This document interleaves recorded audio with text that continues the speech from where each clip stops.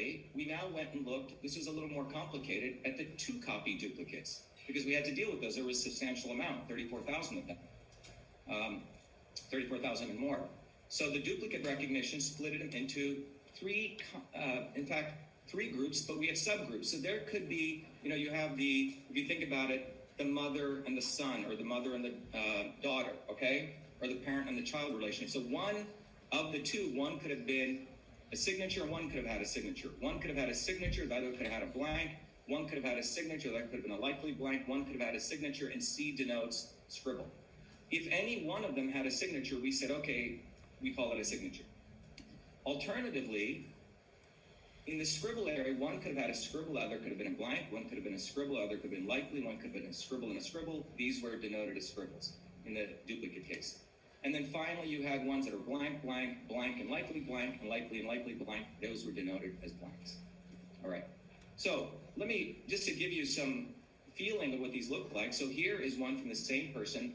Again, for the purpose, we're not allowed to share the names of voters, etc. But you can see here that here's one. There is a signature here, and there's a signature here. Okay, but they are both the same. So these are both signed. So 2 ballots, both signed. Another example is one is signed and the other is a blank, a complete blank here. In fact, in the signature region is what we're concerned with.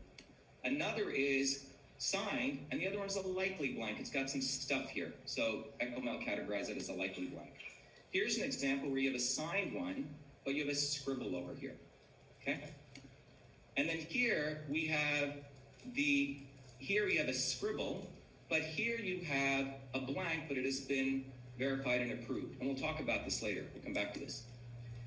Here you have one that's a scribble, a little bit, some stuff here, and a likely blank. And the one with the scribble was approved. Here you have 2 scribbles, and one of them was approved, the exact same ones. And here you have one with a blank, and this blank has been approved. And here we have one which is a blank and a likely blank with a little dot over here has been approved. And similarly over here, we have a signature and a likely blank, and again, the likely blank is being approved. And here's an example of a 3-copy one. We have 3-copy duplicates, all are blank.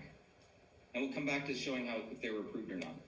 And here's an example of 3-copy scribbles. All right, so that gives you an understanding of the flavor of these, the analysis we had to do of these 2-copy duplicates. And so on those 2 copies, we categorize these ones in green as signatures, the ones in red as scribbles, and the ones in blank as, black as blank, ones in red as scribbles. So again, you have for 2 copies, 16,934, and these are the counts on that. So you have 155 scribbles from the 2-copy, 45 blanks from the 2-copy. Interesting enough, we also had 3-copy and 4-copy analysis we had to do. I'm not going to go into all the details of this, but there were also 3-copy and 4-copy duplicates. There were 2 sets of 3-copy which were blank. 2 sets which were scribble, 5 which were blank. So now we do the totals calculations. So if you add the non-duplicate blanks, 1,872, 2-copy duplicate blanks, 45, and then 3-copy duplicate blanks, you get 2, so 1,919. Similar if we do the scribbles, 2420 for the non-duplicates, 155 for the 2-copy, 5 for the 3-copy, we get 2,580. So our net results state that we received 1,929,240. The 17,322 were removed to get this many unique return envelopes. And then we subtracted the non-signature and what we call scribbles to come up with a total of 1,907,419. So this is what we would have sent to, in this analysis, should have gone to signature verification. Now let's do the comparative analysis, which is looking side by side what EchoMail uncovered from the audit and what Maricopa had. So how many EVV return envelopes were received? Well, in the disk drive that we received, this is the number, but we don't know. In fact, it's not reported in the Maricopa report how many actual return envelopes they received.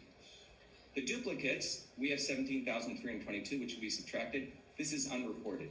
So when you compare the unique EVV return envelopes, what you find is that Maricopa has 6,545 more than we have in the possession of those image files. after you remove duplicates. Now we go to the signature presence detection. We discovered 1919 no signatures. They reported 1455. So in this case, we have 464 more blanks. In the scribbles, they don't have a scribbles category, and we'll discuss that. If we start thinking about these scribbles as potential bad signatures, we'll get some insight. But at the end of the day, what went to signature verification at Maricopa was 1,917,008, which is 9,589 more than we would have sent pursuant to this analysis. They also had bad signatures and late returns, as we talked about. Okay. Now, I want to go to the key findings and anomalies. You've seen the process, you've understood the methodology, we've gone through some detail. Let's go to the highlights here. So these are the key findings, and I'm going to go through each one of them. One of the key findings is it's unknown how many EVB return envelopes were originally received by Maricopa. We had 34,488 duplicates from 17,126 unique voters. It's actually duplicate images. Maricopa reported no duplicates in the canvass report.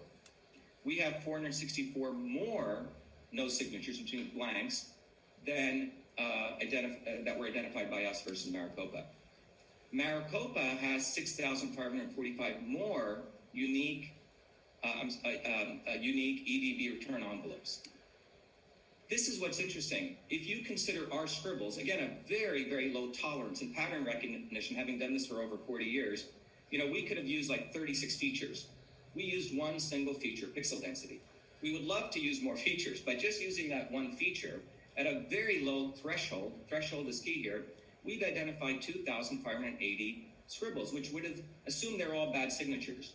Maricopa identified 0.031%, which is what that 587 represents. This actually represents 4 times that. We'll come back to that.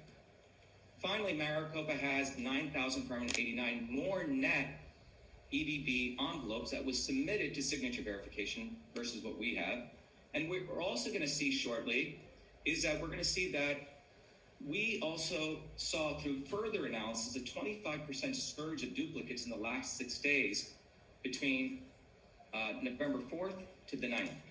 We also saw some very interesting other anomalies where blanks of duplicates were being stamped, verified, and approved. We also saw stamps of verified and approved in blank signature regions, and I'll share with you those. What's more interesting, I would consider it's potentially a critical anomaly, is that we saw the verified and approved stamps appearing behind the envelopes. And I'll show you this. It's almost as though it was imaged on there, or I don't want to say, Photoshop, but put on there. But it's quite fascinating. I'm sure there's some explanation for this. And then finally, we have cases where we have 2 different voter IDs having the same address, same phone, same name with matching signatures. So let's go look at some of these anomalies a little more graphically. Anomaly 1, Maricopa reported only 587 bad signatures. To give you some idea, that's 0.031%. And for people who didn't really like math, I thought I'd make it a little more pictorial.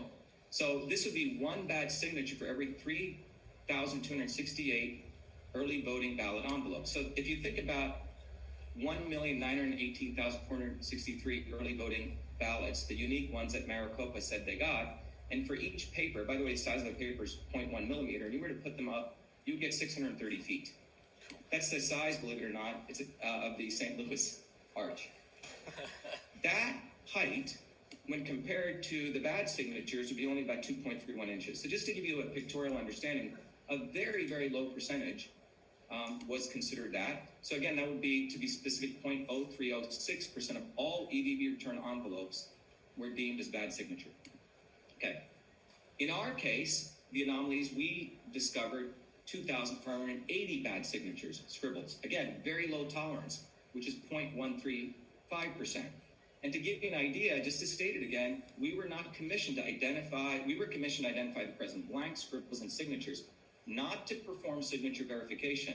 So scribbles alone were considered bad signatures, and ECHOMAIL itself identified 335% more bad signatures than Maricopa did from its entire signature verification process. Okay, very important point here.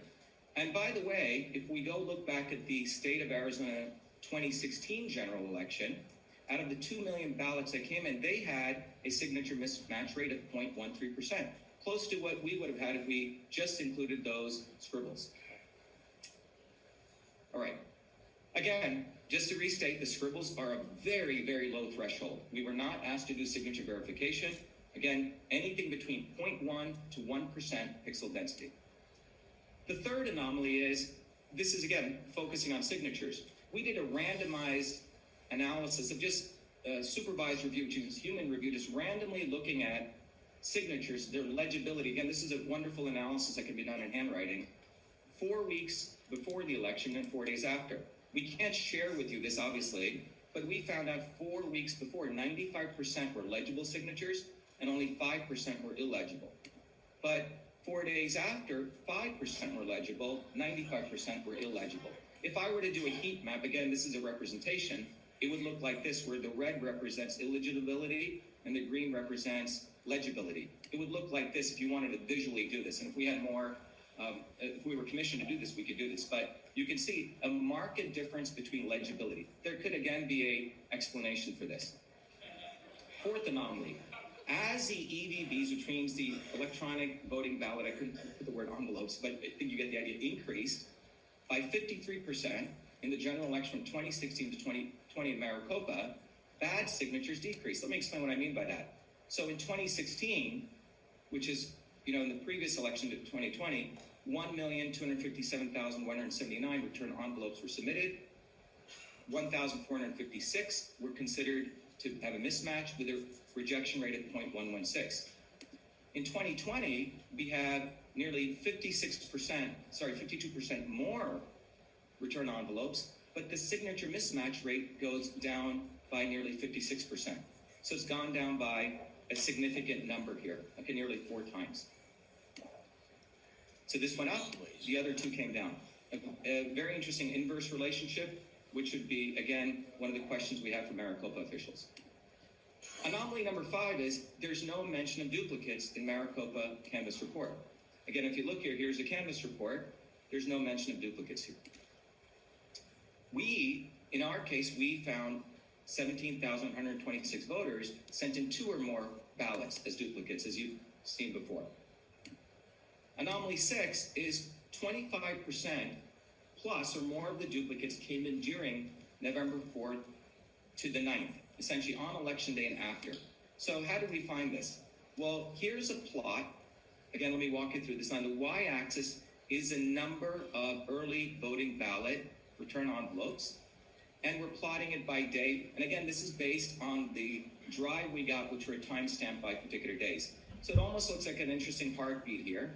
So on this day, 10/14, nearly 200,000 envelopes came in. On this day, nothing came in. So you get this interesting heartbeat signal.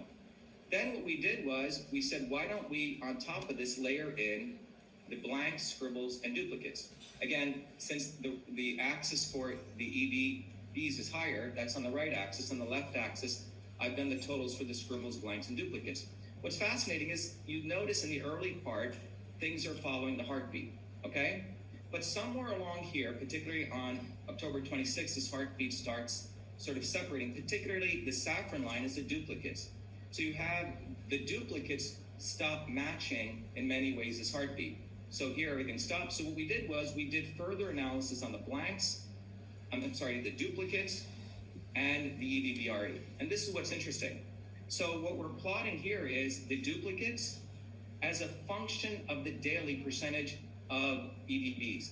So here's the signal, but what you see is suddenly this, what you may call a significant growth in percentage. In fact, in several of these days, there's 96% of the ballots that came in on 2 of these days are duplicates. So there was a serious number of duplicates. In fact, the area under this curve is close to 30%, 25 to 30% of the duplicates came in between November 4th to November 9th. And that motivated us to also on the same plot, drop the blanks and the scribbles. And you see the same phenomenon there. Anomaly 7. I'm sorry, I've already gone through that. The next anomaly is we also noted that the EV33 system, which is the system that is the one that contains all the early voting ballots, had 932 voters who submitted duplicates versus the 17,126 that we identified. But what's fascinating is when we match those 932 voters against our 17,126, only 2,138 voters matched. Let me repeat that again. The EV33, as we understand, we're not experts that this is a system where all the early voting ballots are stored. When that was gone through and found that 9,382 of those were voters who submitted duplicates, clearly this should be a subset of ours because we're supposed to have all the early voting ballots. We found out only 2,113 matched. And let me just walk you through some of these duplicates where the duplicates are stamped and also approved. So you see the duplicate, and here it's being stamped. Nothing on here, it's being approved. Duplicate 1, duplicate 2, this one is being approved. And again, all of these came in after November 4th. Same here, another duplicate being approved and a blank. Here's another one, example 3. 2 duplicates, the blank being approved. Same here, 4th example. And there are many others, but these are pure blanks and they're being approved. In fact, this is a 3-copy duplicates where 2 are approved. So 1 voter sent in 3 copies and 2 got approved. Another one is 3-copy duplicates where 1 is approved. All right. The next anomaly is verified and approved in the blank signature region. So what do I mean by that? So this is blank, but the verified and approved is appearing right in the blank. Again, this is process issues which we'd love to get answers to. So same thing here. Same thing here. The verified and approved is right there. And then finally, this is an interesting anomaly where we have 2 EVBs where people have the same voter ID, same name, address, and phone number with matching signatures with 2 different voter IDs, okay? So had to redact this, but imagine if you could see this, there's a person's name here and address, which is the same as the name and address here. Very similar matching signatures, same phone numbers, but they have 2 different voter IDs. So we repeat again, 2 different voter IDs, same name, matching signatures, as if you looked at them visually, same phone numbers. Another example here. Actually, there's 3 examples here. Another person here. We call, by the way, there's not a person called John Doe. This is a just to protect the innocent. And this is Jane Doe. Again, matching signatures, same address, same phone number, but 2 different voter IDs. Same here, 2 different voter IDs, same address, same name. We don't have a phone number here, etc. So we have 3 examples of that. Then finally, the last anomaly I want to show is where we saw something fascinating is where the verified and approved stamp, and you have to look at this carefully, it's occurring behind the envelope triangle. Let me explain. So if you look at this carefully, this is an image of an envelope. Here is a triangle, which is pointing people to print here. Now, you would think if it was stamped, this stamp should be over this image, but it is actually behind the triangle. All right? And you see it here again. Close up here, these are all different ballots which were approved post-November 4th predominantly, where the image of the verified and approved is behind this. Now, maybe this is done for a good reason. Maybe it's an imaging technology, but typically you could, if you use Photoshop, you'd have layers, but I don't want to even accuse that, but I just want to say that it is interesting that the verified and approved is behind the envelope here, the envelope triangle. All right. So, again, there's some examples here. So questions. These are the questions we have for Maricopa officials. One is, did Maricopa receive any duplicates? Again, I've gone through. We have in our possession 34,448 images representing 17 duplicates from 17,126 unique voters, 2-copy, 3-copy, and 4-copy. The word duplicate does not show up as a keyword in their report, but it would be interesting to know if duplicates exist. The second one, is there a reason that EchoMail has no signatures than reported by Maricopa? Is it because we solely analyze only the signature region? And if not, why? The next question is, why did EchoMail detect more scribbles in Maricopa's reporting of bad signatures? Again, this comes to the point which I probably emphasized enough here. But if our scribbles at that less than 1%, 0.1 to 1% pixel density were considered bad signatures. That is significantly more, 3 to 4 times more than the Maricopa's 587 bad signatures. And the other question are the date stamps in the directories that we have, the date on which the EVB return envelopes were received by Maricopa officials. We've assumed that when we did our time temporal charts. And then finally, why does the approval stamp, verified and approved, appear to exist only on a small subset of the EVB return envelopes? Out of all the 1.9 million, that verified and approved, we find most of them exist after 11/4, after election day, but very few sprinkled. So out of all those envelopes, our initial supervised review reveals maybe 10% have this stamp on them. The other thing is, did Maricopa stamp some EVB return envelopes as EVB approved, even though signature is blank, since they found a signature elsewhere? And that would be good to know. But how did they do that? What is the adjudication process? Finally, all of this leads to a very important set of things from an engineering standpoint. What is the standard operating procedure? We call it an SOP for the EVB processing. If in any engineering system, you have the SOPs, because again, we're relying on this very, very important process of the signature and its verification. What is the SOP for the signature verification? And what is the SOP for curing of questionable signatures? And finally, what is the chain of custody?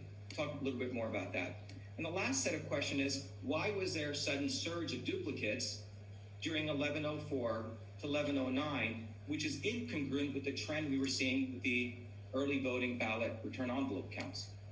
Finally, why is the verified and approved stamp envelope appearing behind the printed envelope triangle? How does that happen? Is there some imaging that's done? Are the envelopes printed? I mean, I just have a question from an imaging standpoint. And the other question is, can two different voter IDs be associated with the same person, the same address with matching signatures? Is that allowed? And then finally, why are blanks being stamped as verified and approved? And then more importantly, why is a stamp verified and approved appearing in a blank signature region? So those are our questions. In conclusion, as I started this conversation, the EVB return envelope is a container of the ballot. It's a very important thing. I mean, if you think about the human body as a system, your skin is what contains you. That envelope is what contains these ballots, a very, very important part. So there's significant opportunities to enhance precision, verifiability, reliability, auditability, and reproducibility. In the world of engineering systems, we call these properties. And these anomalies give us a wonderful opportunity to enhance at least these 5 attributes. So we believe what needs to happen is that our conclusion is the signature verification process, no pun intended, is unverifiable. Okay, we can't really verify this process. And there's a lack of systems integration and reporting. Example, the EV33s, which should have all the early voting ballots, just on the duplicates issue, we haven't had time to do a full systems integration. That wasn't the scope. But even on the ballots, we have far more duplicates than what are even in the system. And currently, to us, because we haven't been able to get access to the standard operating procedures, that is opaque and non-transparent. So the future research we believe that is absolutely necessary is we need to do full signature verification audit, which means do the full 27-point analysis. We have the capability right now. We have everything imaged. If we have if we acquire Maricopa's SOP for signature verification, if we can get their 27-point analysis algorithm, we can replicate all of this and using the algorithm that they have, define an actual false positive, false negative error rate. What I mean by this is this would be a profound opportunity for improving U.S. election processes because this has not been done. You read literature on the left or the right, everyone complains that the signature verification process has significant issues. We have an opportunity right now with this data and the opportunity here to do a 27-point analysis and really come up with an actual rate, which would give us a scientific metric of the confidence value of the entire EVB system. And finally, we need to review the chain of custody. Today, what happens is when there's a questionable signature, people call the person, they contact them, and then they have some conversation, which is then verified. Where are those conversation records? Are those tickets stored anywhere? And do we have access to that? That's it. Thank you, everyone. Thank you very much. I'll take questions if there are any. Dr. Shiva, just before you get off here, I think it's really important that we know your credentials. You kind of just breezed through that slide.